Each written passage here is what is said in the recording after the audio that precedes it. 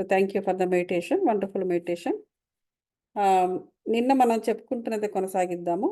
ఈరోజు ఏంటంటే మీ వాస్తవాన్ని మీ ఆలోచనలు సృష్టిస్తాయి. చూసారా?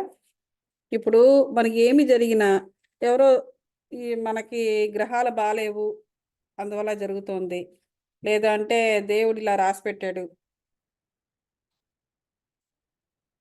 అనేసి జరుగుతూ అనేసి అనుకోవడము, లేకపోతే ఎవరు అంటే ఎప్పుడు కూడా ఎవరో ఎక్కడో ఏదో చేస్తుండబట్టే మనకి ఇలా జరుగుతుంది అని చెప్పేసి బాధపడుతూ ఉంటాం, ఏమి మనకి నచ్చిన విధంగా ఏది జరగకపోయినా. సో కానీ నిజానికి అది కాదు. మీ వాస్తవాన్ని మీ ఆలోచనలే సృష్టిస్తాయి అంటున్నారు. సో ఆ విధంగా జరగడానికి మన ఆలోచనలే కారణము. మనం ఇంత మునుపు కూడా చెప్పుకున్నాం కదా, ఏదైనా మంచి విషయాలనే మనం ఎప్పుడు ఆహ్వానించాలి. ఇలా నిన్న రికార్డింగ్లో కూడా మనకు అదే నిన్న చెప్పుకున్న దాంట్లో కూడా ఇప్పుడు మంచి విషయాలనే మనం ఆహ్వానించాలి, సందేహాలను ఆహ్వానించకూడదు. సపోజ్ ఏముందిలే, ఏమో చూద్దాం, ఈ పిల్ల నడుస్తుంది, తర్వాత ఏం జరుగుతుందో అనేటువంటి భావన కూడా రాదు, రాకూడదు. నిజంగానే ఏదో జరుగుతుంది అప్పుడు ఎందుకంటే దానికి ఒక శక్తి ఉంటుంది. మన ఆలోచనే ఒక ఎనర్జీ, అది ఒక శక్తివంతమైనది కదా, అదే అక్కడ మేనిఫెస్ట్ అవుతుంది, అవతరిస్తుంది. సో అందువల్ల మనకు ముందు దాంట్లో కూడా నిన్న కూడా మనం అదే చెప్పుకున్నాం. దాని ఎక్స్టెన్షన్ ఇవాళ ఏం చెప్తున్నారంటే అది వాస్తవం అయిపోతుంది మన ఆలోచన, అలాగ మన సందేహమే నిజమైపోతుంది తర్వాత. అదనమాట ఇక్కడ చెప్పేది. పరిధి గీసుకుని చేసే ఆలోచనలను జాగ్రత్తగా గమనించండి. సో అదే మాటి మాటికి మనం ఆలోచిస్తున్నాం అనుకో, ఏదో ఒకసారి అనుకుని అలా వదిలేసేది కాకుండా, ఆ భయం ఎప్పుడైతే ఆ సందేహంతో పాటుగా భయాన్ని కూడా కలిపి మళ్ళీ రిపీటెడ్గా అనుకుంటున్నామో, అక్కడ ఒక పరిధి గీసేస్తుంది. వెంటనే అక్కడ ఒక చక్రం గీసేసి అందులో నీకు శక్తి అవతరించడం మొదలు పెడుతుంది. నీ యొక్క నెగిటివ్ శక్తి, నీ యొక్క నెగిటివ్ ఆలోచన, నెగిటివ్ మాట, ఆ నెగిటివ్ శక్తిని అక్కడే భూమి మీద స్థాపన చేయడం మొదలు పెడుతుంది. అటువంటి ఆలోచనలు వినడము ఆపేయాలి, చెప్పడము ఆపేయాలి. అవి మీరు ఏది కావాలనుకుంటున్నారో అవి మీకు అందవు అని చెప్తాయట అవి. సో ఎప్పుడైతే అది సో ఏది అది ఎందుకు అసలు ఆ సందేహం ఎందుకు వస్తుంది మనకు? ఎందుకట? మీకు ఏది కావాలో మీకు అది అందదు అని చెప్తాయి అంటే ఏంటి? అదేదో ఫ్యూచర్ భవిష్యత్తు చెప్పటం లేదు ఇక్కడ. వీళ్ళు అలా అలా రాసే అర్థం ఏంటంటే, మనకి ఏది అందబోతుందో దాన్ని అందకుండా చేస్తుంది. ఆ సందేహము, నెగిటివ్గా మాట్లాడడము, నెగిటివ్గా వినడము అనేది. సో అటువంటి ఆలోచనలు పైకి వచ్చినప్పుడు మనం అది గ్రహించి గమనించాలి. సో గమనించి దాన్ని అక్కడికలా వదిలేయకూడదు. వదిలేయకుండా ఏం చెప్తున్నారు అక్కడ?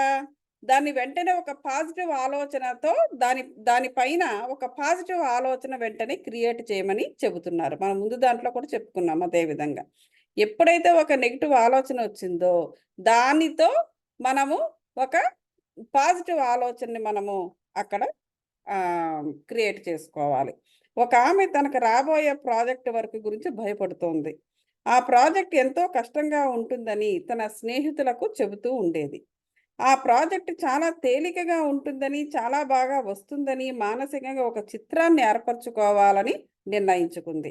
ఆ ప్రాజెక్ట్ తాను చాలా తేలికగా పూర్తి చేశానని తన స్నేహితులకు చెప్తున్నట్లుగా మానసికంగా ఒక చిత్రాన్ని ఊహించుకుందట ఆవిడ. అప్పుడు ఆటోమేటిక్గా ఏమైంది? ఎప్పుడైతే మానసికంగా ఒక చిత్రాన్ని ఊహించుకుందో, ఎలాగా ఆ ప్రాజెక్ట్ చాలా ఈజీగా అయిపోయింది అని మానసికంగా ఎప్పుడైతే అలాగే అందరికీ కూడా చెప్పుకోవడము, అందరూ కూడా స్నేహితులందరికీ చెప్పడము, ఆ స్నేహితులందరూ కూడా ఆహా పోనీలే చాలా ఈజీగా అయిపోయింది అది అని చెప్పేసి అనడము, అంటే వారి మాట యొక్క శక్తి కూడా అక్కడ ప్రతిబింబిస్తుంది. సో దాంతో ఏమైందంటే నిజంగా అది కష్టమైన ప్రాజెక్టు ఆవిడ తేలికగా ఆవిడ చేతుల్లో అయిపోయింది. సో ఆమె పని పూర్తి చేసింది. సో ఆమె ఆశ్చర్యపడే విధంగా ప్రాజెక్ట్ ఎంతో తేలికగా అయ్యింది. సో తాను అనుకోవడమే కాకుండా మానసికంగా 10 మందితో అలా చెప్పడంతో ఆ 10 మంది కూడా అదే విధంగా నమ్మి దానిని తిరిగి మాట్లాడడంతో అది ఆ శక్తి ఇంకా శక్తివంతమైందనమాట.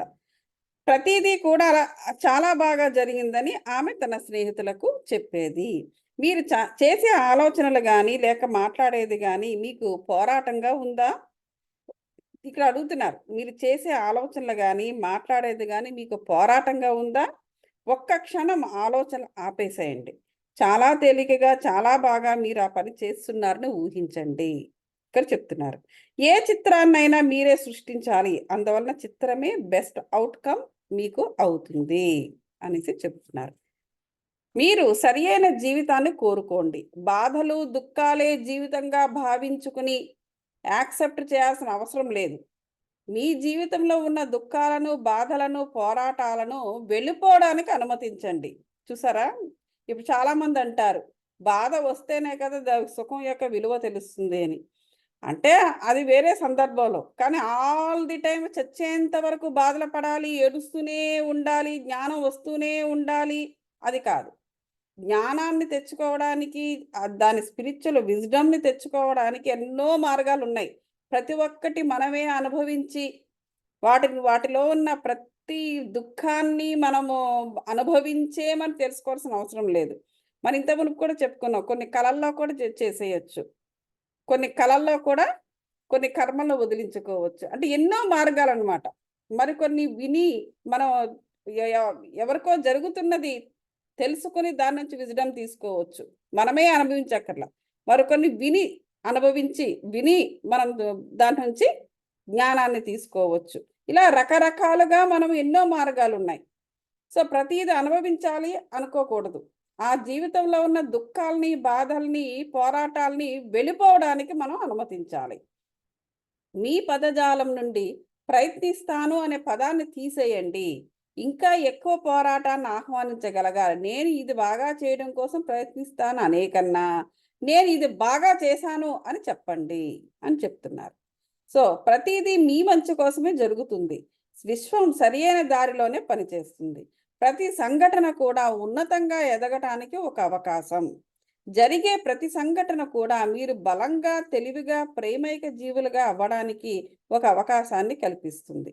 జరిగే ప్రతి సంఘటన మీ మంచి కోసమేనని, ఎక్కువ కాలం అవసరం లేని సంబంధాలను వదిలేయడానికి గానీ, కొన్ని భావాలను వదిలేయడానికి గానీ, సంఘటనలు అవకాశాన్ని కల్పిస్తాయని నమ్మండి. అది.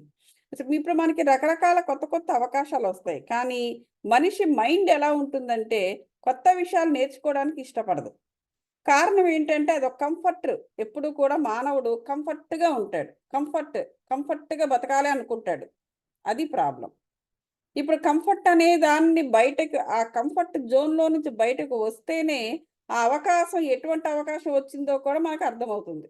ఆ కంఫర్ట్ అనేది బయటికి రానంత వరకు, కంఫర్ట్‌లో నుంచి బయటికి రానంత వరకు, అసలు ఆ అవకాశాన్ని అందుకోవడానికి గానీ, దాని కనీసంగా అర్థం చేసుకోవడానికి గానీ కూడా మైండ్ సహకరించదు.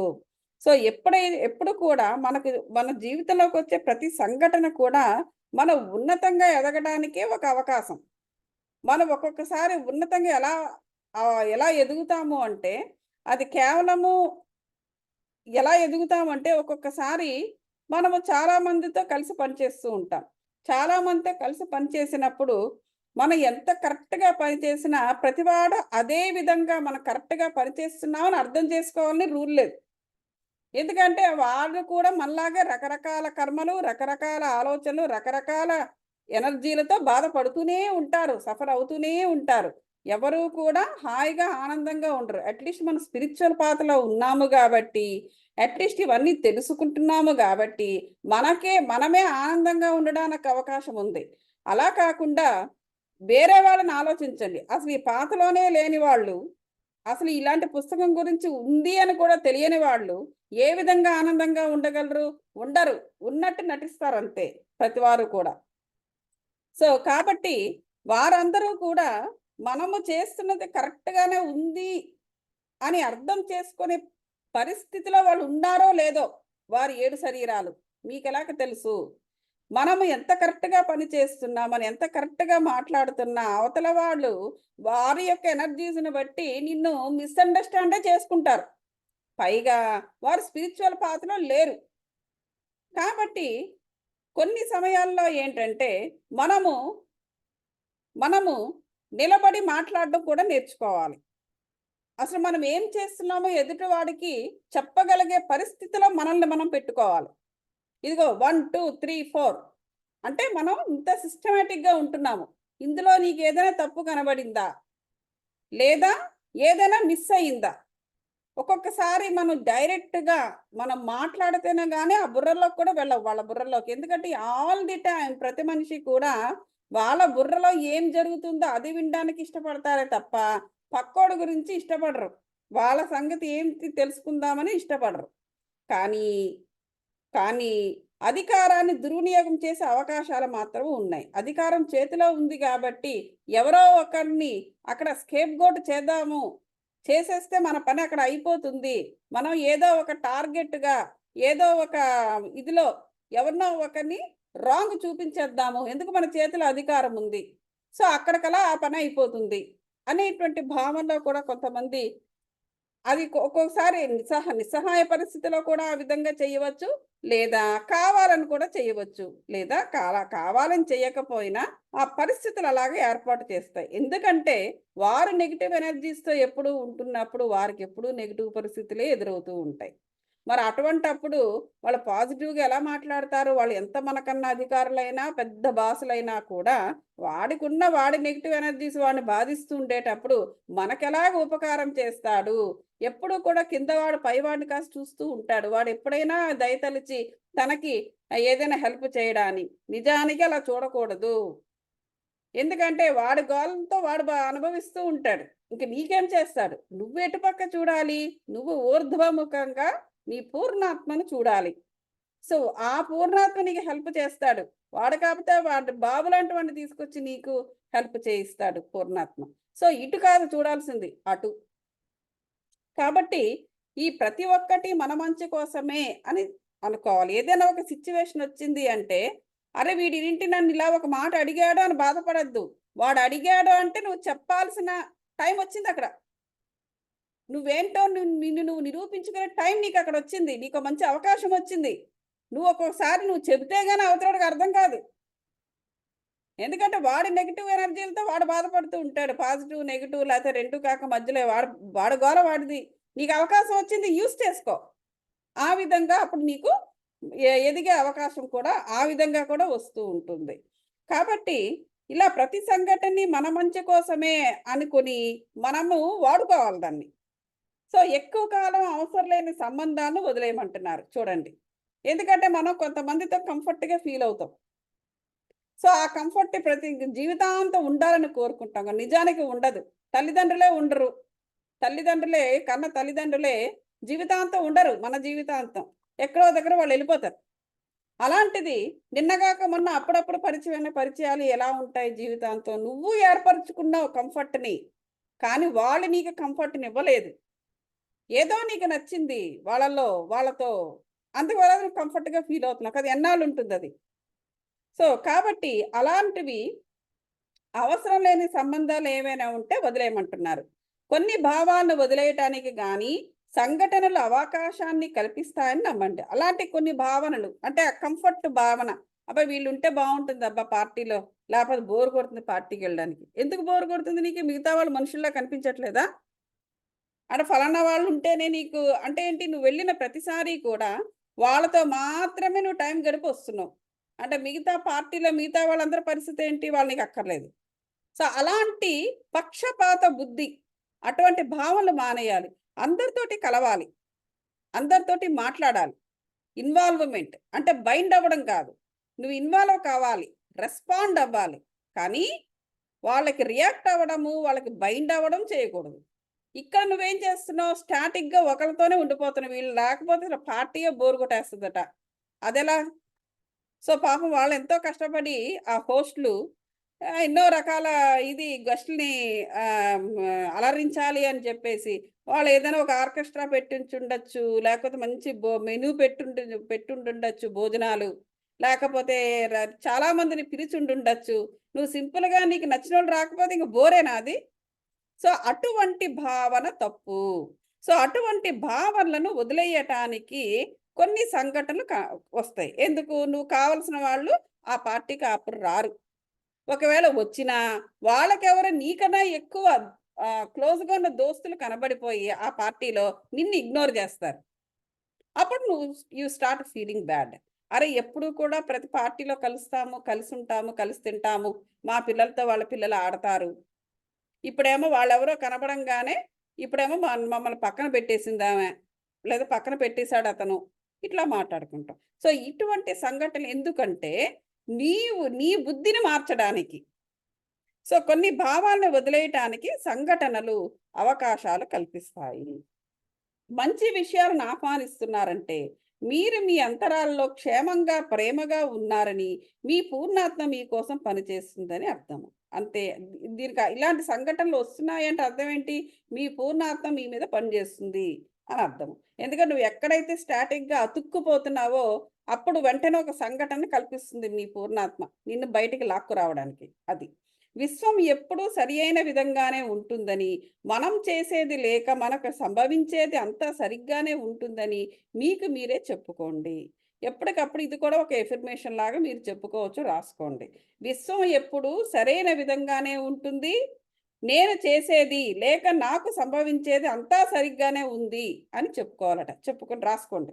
ఆధ్యాత్మికంగా ఎదిగే కొద్దీ ఎందుకు ఈ విషయాలు జరుగుతున్నాయో మెల్లగా అర్థం చేసుకోగలుగుతారు.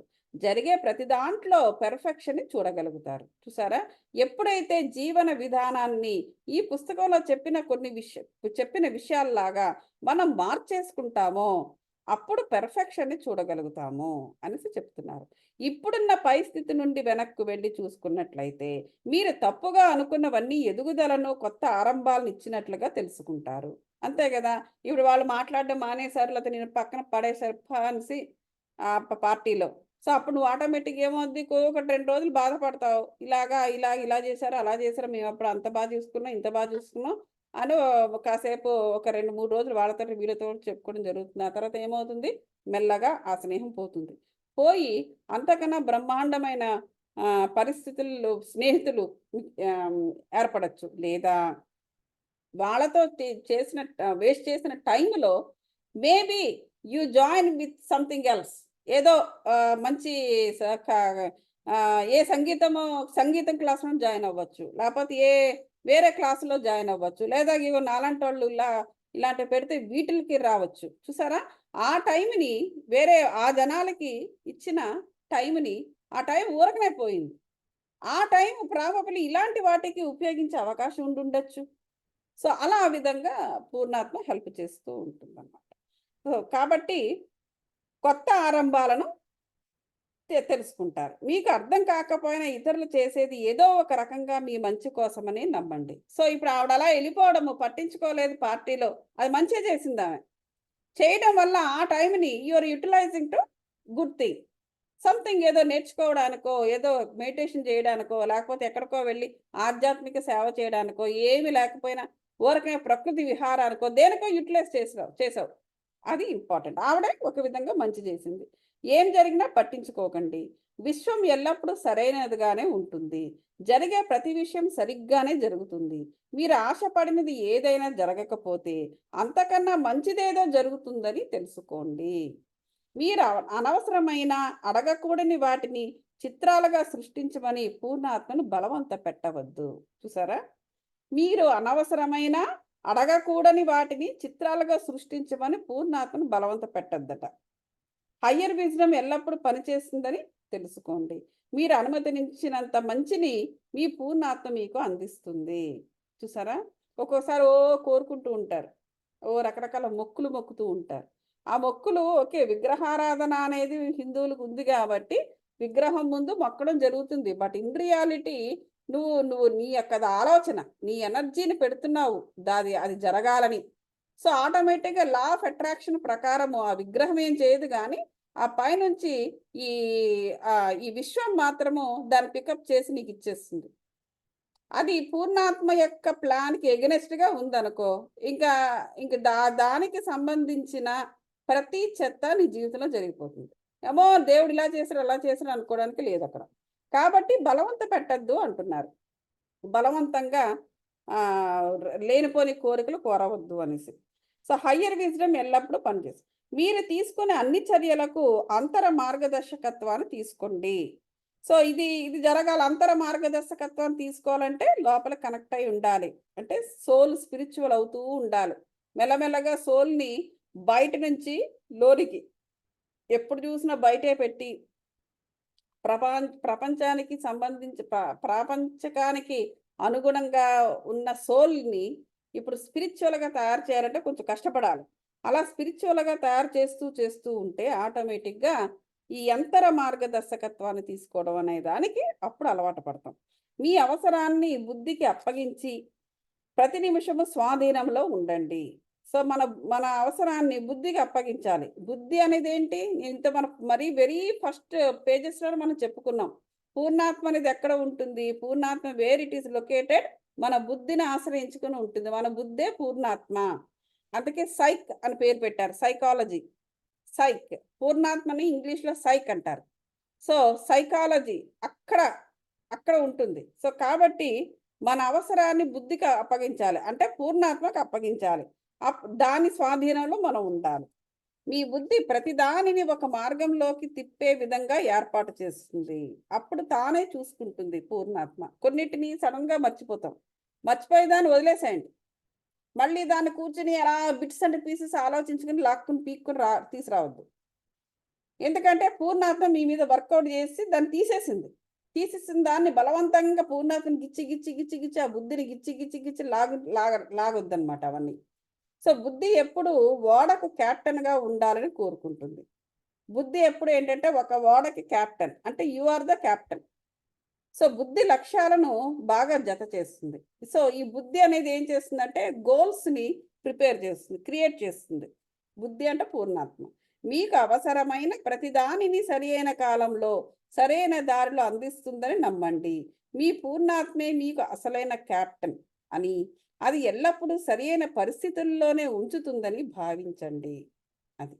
ఎప్పుడు కూడా పూర్ణాత్మే మీ కెప్టెన్. అంటే మీ బుద్ధే మీ కెప్టెన్. అది ఎప్పుడూ కూడా సరైన పరిస్థితుల్లోనే మిమ్మల్ని ఉంచుతుంది కానీ కిందకెప్పుడు కూడా ఆహ్, తోసేయదు. ప్రాపంచికమైన పనులకు చాలా శక్తి అవసరం. ప్రాపంచికమైన పనులకు అంతే గదా! మనం చాలా కష్టపడుతుంటాం ప్రాపంచికంగా.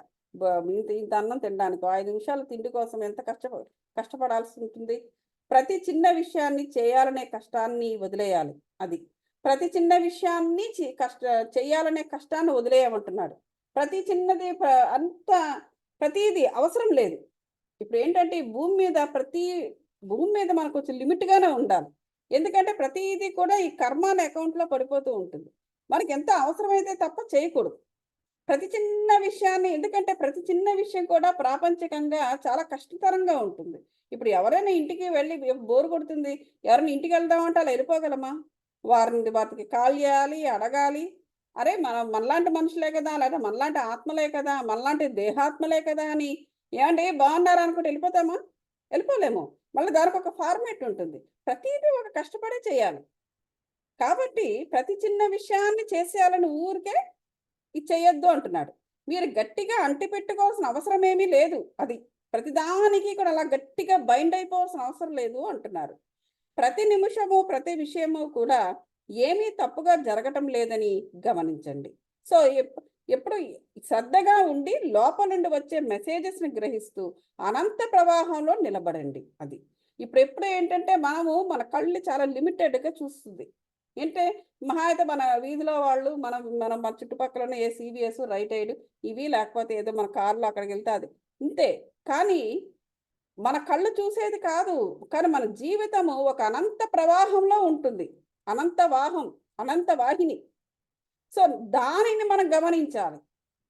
సో, ఆ మెసేజెస్ మనకొచ్చే లోపల నుంచి వచ్చే మెసేజ్‌ని శ్రద్ధగా వినడానికి ఇచ్చేయాలి. అది ఏ మెసేజ్ ఇవ్వలేదనుకో, అంటే నీకేం ఇప్పుడు చేయడానికి ఏం లేదు. ఖాళీగా కూర్చోవచ్చు. మనం ఎప్పుడు చూసినా 24 అవర్స్ 24 గంటలు కూడా మనం ఏదో ఒక పని చేస్తూ ఉండాల్సిన అవసరం లేదు. నీకు లోపల నుంచి ఏ మెసేజ్ రాలేదు అంటే, నువ్వు హాయిగా రెస్ట్ తీసుకో. అది లోపల రెస్ట్ తీసుకో అని చెప్తోందనమాట. సో, ఇతరులకు ఏమాత్రం ఖాళీగా ఉన్నా మనం వెంటనే ఫోను చేస్తాం. ఎవరినో ఒకళ్ళని రమ్మంటాం. అవసరం లేదది. సో, మనలతో కూడా మనం ఉండవచ్చు. అది అలవాటు చేసుకోవాలి. సో ఇతరులకు మంచి మంచి వాటిని ఇవ్వటం ద్వారా మీ జీవితంలోకి మంచిని ఆహ్వానిస్తారు. ఎప్పుడూ కూడా మంచి వాటిని ఇవ్వటం ద్వారా జీవితంలో మంచిని మనం అంటే ఇప్పుడు ఎదుటి వాళ్ళకి మనం మంచిని ఇస్తే మనకు మంచిని దొరుకుతాయి. మంచివి. ఇప్పుడు ఎవరికైనా ఇప్పుడు చూడండి మనకి ఇక్కడ కొన్ని వాయనాలు అవి ఇస్తూ ఉంటారు ఆడవాళ్ళు. అందులో కూడా మనకు నేర్పారు గదా! ఇప్పుడేంటిటి ఎవరికి ఎప్పుడు కూడా ఇచ్చేటప్పుడు ఒక జత పళ్ళివ్వండి అంటారు. ఏదో ఒక పండు కాకుండా 2 పళ్ళిమ్మంటారు. ముఖ్యంగా 2 కన్నా ఎక్కువ లేదా 2 మినిమమ్. రైట్? ఆ 2 కూడా చక్కగా పళ్ళు బావున్నాయా లేదా? ఏదో ఆల్రెడీ మగ్గిపోయినవి లేదా కింద అట్లాంటివి కాకుండా మంచి చక్కటి పళ్ళు ఆ 2 ఆవిడ చేతిలో పెట్టండి అంటారు. అది ఎందుకు అన్నది స్పిరిచ్యువల్ రీజన్ మనకి తెలిసినా తెలియకపోయినా, ఆడవాళ్ళు ఎవరైనా ఇంటికొస్తే ఇవన్నీ ఇవ్వాలి అనేటువంటి ఒక పద్ధతి పెట్టారు. మంచిదే కదా! ఒక మంచి ఫ్రూట్ ప్రకృతికి సంబంధించినది. అంటే ఏంటి? ఆ ఫ్రూట్‌లో ఏముంటుంది? కాస్మిక్ పవర్ ఉంటుంది. అంతే కదా! సూర్యరశ్మిలో పెరుగుతుంది ఆ చెట్టు. భూమి నుంచి శక్తిని తీసుకుంటుంది. పంచభూతాలన్నీ కూడా వాటితో మమేకమయ్యి ఆ పంచభూత సాక్షిగా మనం ఆత్మ ఎలాగైతే తయారవుతుందో, అదే విధంగా ఆ చెట్టు యొక్క ఆత్మ కూడా తన ఫలాలని తయారు చేస్తుంది. సో, ఆ ఫలాల్లో ఏముంది? కాస్మిక్ పవర్ ఉంది. ఆవిడ ముత్తైదు ఉంది ఇవ్వండి అనేటువంటిది అది కాదు. భావన అలా ఉండకూడదు. అంటే మనకప్పుడు అలాగే ఉంటుంది.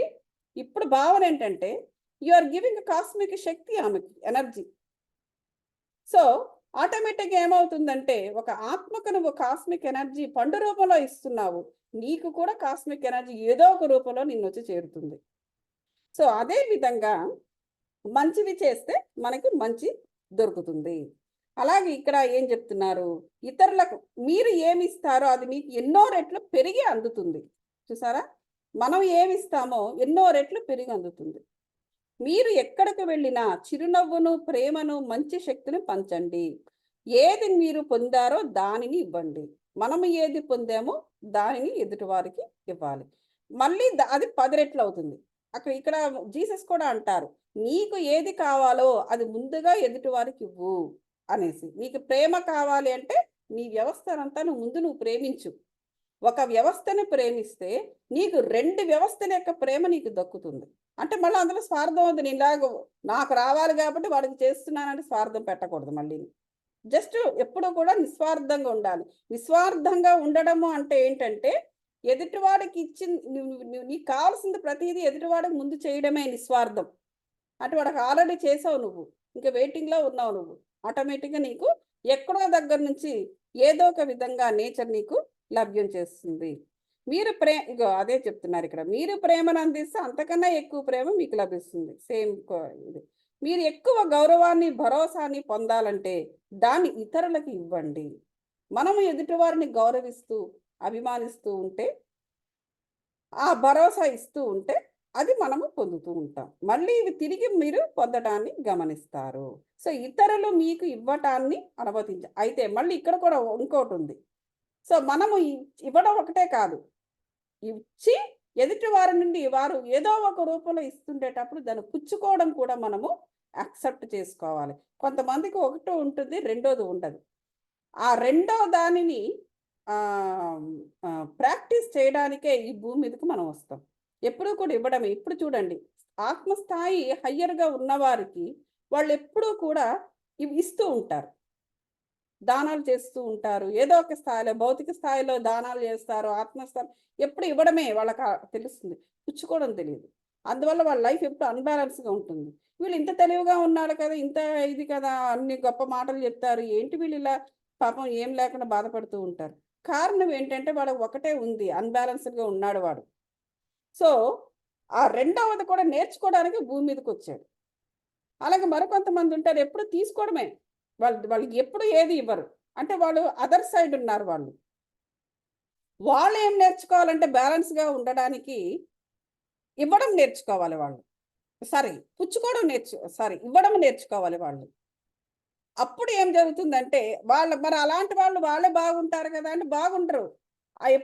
ఎప్పుడు కూడా వాళ్ళ ఆలోచన ఎప్పుడు కూడా తీసుకుందాం అలా అలా మెల్లమెల్లగా లాక్కుందాం మెల్లమెల్లగా పడేసుకుందాం అలాగెళ్ళిపోతది మైండ్. ఎప్పుడైతే ఆ విధమైన ఆలోచనకు వెళ్ళిపోయారో ఏం జరుగుతుంది? ఎదుటి వాళ్ళ యొక్క కర్మలనికి వాళ్ళు కర్మలు వాళ్ళకి అంటేస్తాయి. వాళ్ళ కర్మ ఎదుటి వాళ్ళకి ఎందుకంటే లాక్కోవడం, లాగేసుకోవడం, పడేసుకోవడం ఇవన్నీ కూడా ఏంటంటే లో ఫ్రీక్వెన్సీ ఎనర్జీస్ వాటిలో పడిపోతారు. వాళ్ళ టైంకి వాళ్ళు అర్థం చేసుకొని ఇవ్వడం కూడా నేర్చుకోకపోతే. ఇవన్నీ కూడా మనము ఈ భూమి మీదకి రావడానికి గల కారణము ఇదే అన్నమాట. ఓకే. సో, ఇతరులు మీకివ్వటానికి కూడా మనము అనుమతించాల్సి ఉంటుంది ఇక్కడ. సో, దీన్ని మనం ఇక్కడ ఆపుదాము. మళ్ళీ నెక్స్ట్ క్లాస్‌లో ఇది ఈ అంతే ఉంది. 1 ½ పేజ్. అది చెప్పుకుని నెక్స్ట్ సాధనలోకి వెళ్ళిపోదాం. సాధనలోకి వెళ్ళిపోతే ఇప్పుడు 10వ చాప్టర్ అయిపోతుంది పూర్తిగా. ఏమైనా క్వెషన్స్ ఉన్నాయా దీనికి రిలేటెడ్‌గా? ఏమైనా క్వెషన్స్ ఉంటే మాట్లాడదాం. ఏంటి స్వప్న గారు? లక్ష్మి గారు?